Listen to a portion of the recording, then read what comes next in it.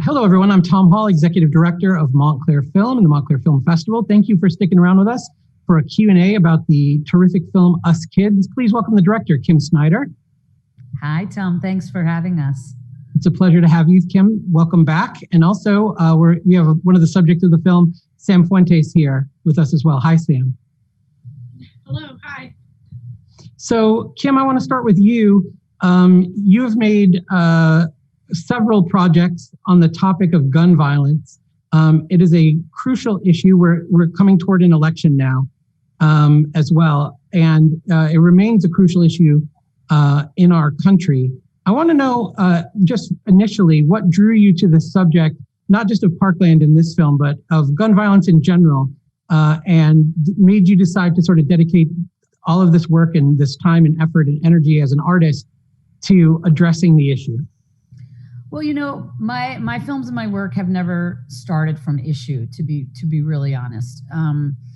I was probably like a lot of Americans. I was concerned, but didn't know a lot about it. It wasn't my thing. My thing in that I wasn't a gun reform activist.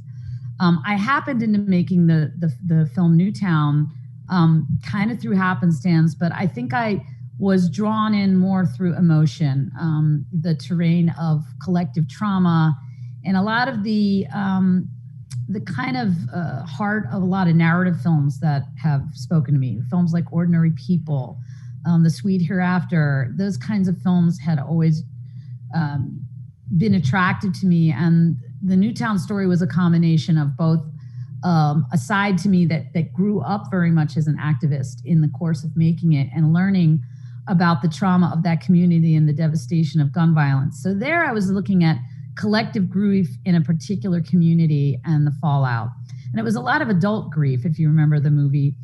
And then again, kind of thought I was done because it was really hard, but felt really passionate about the issue coming out of that film. Became good friends with a lot of people in that town.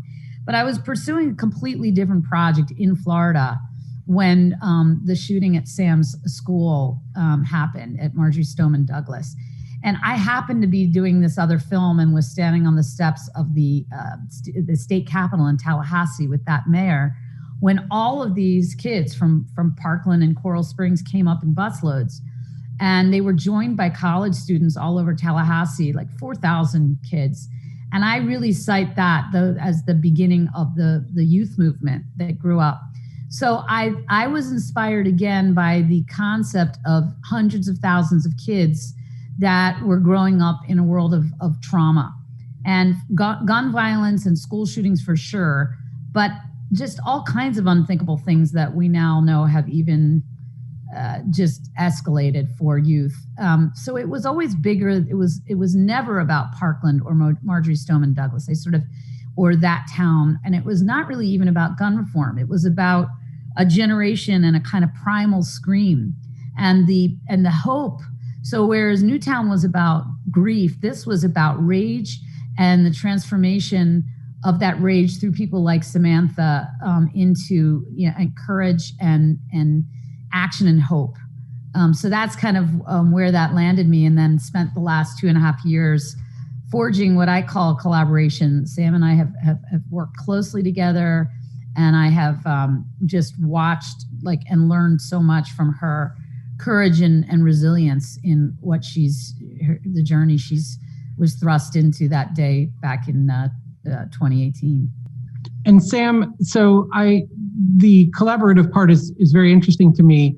I'm wondering, looking back on this film now, it's really documenting moments in time in your life that are, painful and traumatic, but also hopeful and empowering for a lot of people like me in the actions that you took subsequently. And now I'm assuming you're in a different place and moving forward in a different way, or have learned from that process. Can you talk a little bit about where you are now and what's going on as we run up to 2020 election, and get ready for the election? Where are you? How are you doing? How do you see your own growth, and how does this film sort of reflect that? Yeah, absolutely. I think one thing that the film does a really great job of is its transparency and its vulnerability, the willingness to be honest with its audience. And I think that's really important, specifically as a survivor of a shooting, but also as just a survivor of trauma. You know, it's important for people to watch something and be able to relate and be able to resonate with the message and the people who are on the screen, and have a narrative that is inclusive and is one that brings people together in a way that wasn't made really possible because we oftentimes, like myself, thought we were alone in this, that there were people who didn't really understand the kind of trauma and the kind of experiences that we've gone through as a collective of survivors of gun violence. And it really highlights how trauma really brings people together and how it can be the catalyst for really important social action. And so I think that's really important because it reflects a lot of like who I am as an individual. And I think that was really important because oftentimes with situations that have happened, especially like mass shootings that happen at schools, tend to be over glamorized and polarized to a point where you often forget that these events happen to people, and we get, you know, just so confused with the statistics and the numbers and the amount of times that it happens that we don't know how to make that connection sometimes. And so really now my main goal is to continue my work in gun violence prevention activism. I'm currently a youth Congress member with March for Our Lives, and I also am a collaborator with the Impact campaign with Us Kids that we're doing.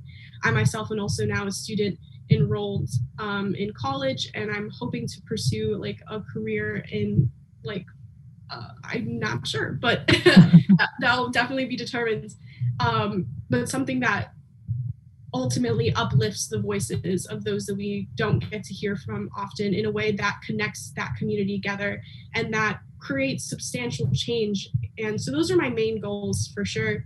It's just to continue the activism that I'm doing and promote change for and power for survivors. And I think the film really does an excellent job of showing the strength that trauma can really bring to people, which is really a surprising but wonderful transformation that those who seek inspiration or seek more understanding of what it's like to be in this community, this unfortunate community, can really get some insight in this film, which is really important to the kind of cause that I promote. And just feel okay about that, because I don't trust college students who know what they want to do. So I think you're making the right choice by having some uncertainty and following your brain and letting it lead you where it will. I think that's really great in college. It's what it's for, actually, in my opinion. But I want to ask you about disinformation a little bit and the impact. I know that there's a whole universe out there of disinformation about mass shootings in general that tend to target survivors. And I want to know what the impact of that has been on you personally. Have you experienced it? What has your reaction been to disinformation campaigns? And then Kim, when she's done, maybe how that's impacted the reception to the film. Absolutely. It's a really great question. So misinformation and just absolute lies was something that was definitely apparent, especially in the very beginning when this had just happened to me in Parkland. There was this huge media flood of people trying to uncover students as being actors, being not who they say they were, quote unquote crisis actors. There was people who were claiming that that it had never even happened, that this was all like a drill, it wasn't real, it was a reenact. So there was tons of information that came in that tried to illegitimize my experience. And so that was a really interesting thing to navigate through, because it was kind of interesting to think that there were people out there who didn't think I existed or what had happened was real. And they tried to cover it up with more statistics and more analytics that completely dehumanized the experience altogether, when ultimately there was people who unfortunately died. And that was a reality that a lot of people, I think, came up with these conspiracy theories and all of these like really weird misconceptions and complete lies about the scenario. And this isn't the first shooting that people have done this with.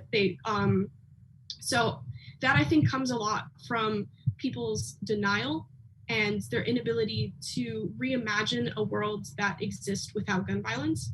And I know that a lot of people who are making these arguments were the same people who promotes more guns within our system. And so that was, but ultimately what I think this film really isn't even about that. It's really about the connections and the community that was formed out of being a survivor of gun violence. And if you watch our film, you would understand how intimate and just how vulnerable that is to be exposed, not just to gun violence, but people who have also survived that. And so I think in general, like, this film really debunks a lot of these things that people have said by showing a very, very intimate side of these kids' lives that they will unfortunately have to live with for the rest of their lives. And it says to the world that, like, we still exist, like, our stories need to be heard, and this is going to be the catalyst on how to prevent such atrocities to ever happen again.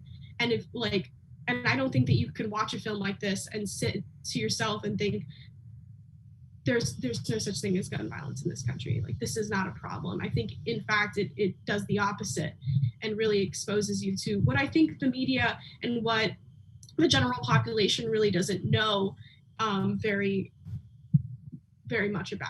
So I think in general, the misconceptions definitely can be harmful, but in the grand scheme of things, like, there is so much irrefutable information that backs us up and all survivors of gun violence and the whole community of gun violence prevention more than a lot of these misconceptions or people trying to rebrand us or try to label us as a group that, wants extreme and radical ideas. And I think that's probably the most harmful thing, is this idea that people like me and people like Kim are radicals and that we're extremists. But really, at the end of the day, we just want to keep people safe. And so that whole message is encapsulated in this film, and really it is a narrative that I'm proud to say that I support. Yeah, thanks for that, Sam. I mean, as Sam mentions that, it's not really, it's dealt with a bit in this film, just to see the attacks, particularly on David Hogg, of death threats. I dealt with it. I walked that walk after Newtown. It was shocking then. I made a decision not to give them airtime, the naysayers. But, I have to say, because I am feeling rather passionate, as many of us sitting in the moment we're sitting in. I remember being at Sundance with Newtown in 2016, and while I was there, the Donald Trump, who was not yet president, saying I could walk down Fifth Avenue and shoot someone in the head and I wouldn't lose any votes. And I remember how enraged I was hearing that. It enrages me no less to have, in this 24 hours when we're doing this, when we've passed this horrific milestone of 200,000 people dead from COVID, that those same victims and those same families are sometimes being told, this is being jacked up or conjured up. And I think Sam's right. It is misinformation, but it also comes out of fear and denial. And Sam, in addition to this film, has this amazing gift at spoken word and poetry. Sometime, hopefully, you'll hear a poem, a spoken word piece that she does called Power Off. And I think it speaks beautifully to this idea, until it happens to you.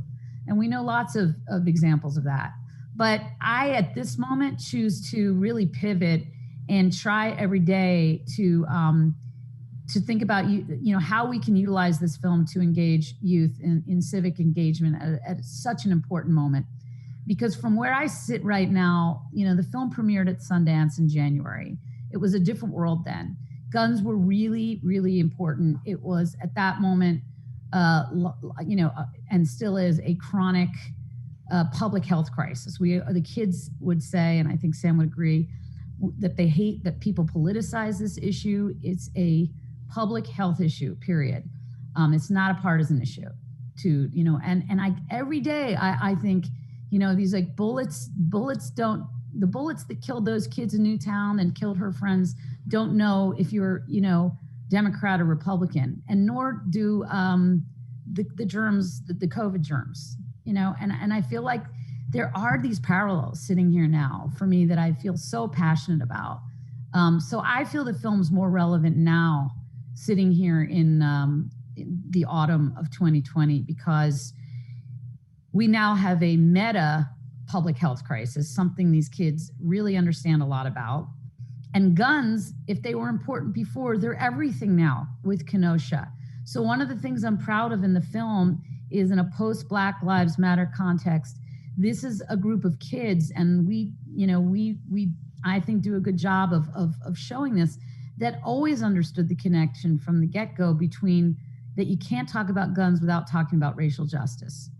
So characters like Bria Smith, who come from Milwaukee, part of the film is about movement building and what happens, same in the civil rights era, what happens when young people get together over and they cross boundaries of race and class and gender and sex and all these things to come together over what they really, when they say march for our lives, they mean that. These are their lives as being threatened now by so many other things. So I feel that I stand in solidarity with them, and we're going to be using the film in every way we can before the election to encourage voter turnout, especially among youth, and after the election, civic engagement. There are so many little kids. I'd say the one most surprising thing about the film is that I've been interviewed by 10-year-olds, critics. They're literally 2 10-year-old critics who love it. And first I'm like, wow, because there have been parents who are like, is this a little too young for, how old can my kid be? Totally love the film. They're living in that trauma, and do they hear a lot of the F word? Sure. But, I feel that that's been surprising how young this skews, how much they get it, how much I'm told in my industry, kids don't watch documentaries. They're all like, no, I was riveted. So I'm excited about whatever happens in November, a whole generation of, 10 to 18-year-olds that are just, I believe in them. I think that they are sadly being challenged with, a burden for many of them. But I do believe they're going to be one of the greatest generations out of obstacles. That's what I'll say. Kim, you and Sam both mentioned the impact campaign for the movie, and maybe some folks who are not as inside of the documentary world don't understand what that means. But how are you guys going to use the film now, between now and the election? And then, like you said, afterwards, what are the tactics that you're going to utilize to keep people engaged and involved, and use this story to get young people invested in participating in the democracy that we all live in? Well, very specifically and excited, and Sam truly is a collaborator. We literally just got off the phone before this, where I'm going to be constructing this with Sam and Emma and some of the others that I was on the phone with the other night. We are launching a virtual event the 3rd week in October. We'll be able to announce it really soon. And it's going to be an event that will engage not just youth, but we really encourage intergenerational dialogue. It's a lot of sort of parents encouraging kids to talk to their parents about these things that they think about, being their voices at the poll if they're not old enough. And the event is going to be a number of special guests, some of them notable musical kind of people, hopefully, and Sam, Emma, David, some of the people you've met in the film. And it'll be a night of action that is going to be partnering with March for Our Lives and When We All Vote, Michelle Obama's group. And it'll be linked to things you can do, to voter reg, to doing things at the polls, and I think a whole number of actions that youth can take, and hopefully they come out of the film with the message that of empowerment.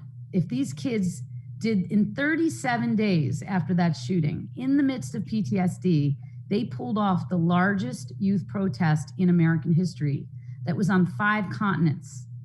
And they did that through social media. They didn't have Pepsi in the beginning behind them. They didn't have it was like a lot of people may have seen that thing on TV and say, oh, this is some big manufactured network moment. It became that because they built something, but they did that out of a bedroom. And I just am in awe of their kind of tenacity. So kids should feel that empowered when at a time that I think so many feel hopeless, like what can I do? So we'll be doing that. And then the part 2 for me is no matter what happens, again, engaging, working with a couple of foundations to really grow up the idea of civic engagement of younger kids. Because Sam, I get in touch with, sometimes I forget how much I looked at my sister who was 3 years older when I was in 8th grade and was like, oh my God, the 11th graders, the 12th graders, you were just like gaga, right? So that's what's happening is there's all these young kids that are looking at Sam and Emma and they see them as, a decade ago or so, the American Idols, like, oh, I want to be a singer. Now it's like, I want to do that. I want to go out and change the world for good. So we're very excited about working with that younger set and using the film educationally as a, I don't know how many schools we'll have to get into where we've got a little bit of cursing in the film, but I didn't want to clean them up because part of the movie is that they are kids and we wanted them to be the way they naturally are and to really juxtapose those moments of realizing they're kids, but with this daunting, crazy task of, what was I doing my junior year of high school? I certainly wasn't in Texas trying to have civic dialogue with guys wielding AR-15s. Like I wasn't doing that. So. Sam, I have time for one more question. I want to direct it to you. Here in Montclair, the high school prior to COVID had a couple of lockdowns. There's been some activism building here in town around, suppressing gun violence and sensible gun reform and things of that nature. What message do you want to send to young people here in our community about how they can get involved and do something to activate change here where we are? Wow.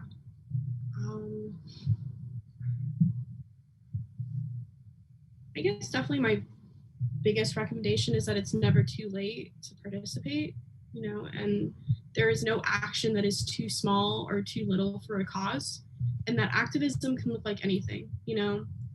People praise voting to be one of the highest forms of, practicing the rights as a citizen, but it's not just that, like activism looks like a lot of things. It can be, through a series on social media. It can be through protesting and rallying and coming together in community. It could be hosting your community's first town hall. It could be, creating a piece of art, performing a song that, reminds you of this and hopes to inspire other people. Understanding activism is also understanding inclusivity and diversity, and that there is no final form of activism. And there's no perfect form of activism. And so that's definitely my recommendation, is that it's never too late to start, and that activism is unique to the person who is deciding to make change. That's pretty much what I would say. That's wonderful. I want to thank you both for taking the time to be with us today. The event so we're pre-taping this, everyone. The event will be just right after the Montclair Film Festival, actually, so people can check it out and find out more information. Yeah. Kim, where can they go find more info about the upcoming event?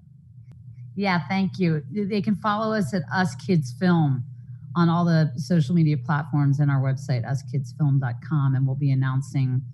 But our biggest call to action, and I say this non-promotionally because that thing will be free then, is just tell everyone you know, especially if you're young, to see this film, because I think it does do something to inspire youth. So that's one of our big calls to action, is just spread the word. We need it.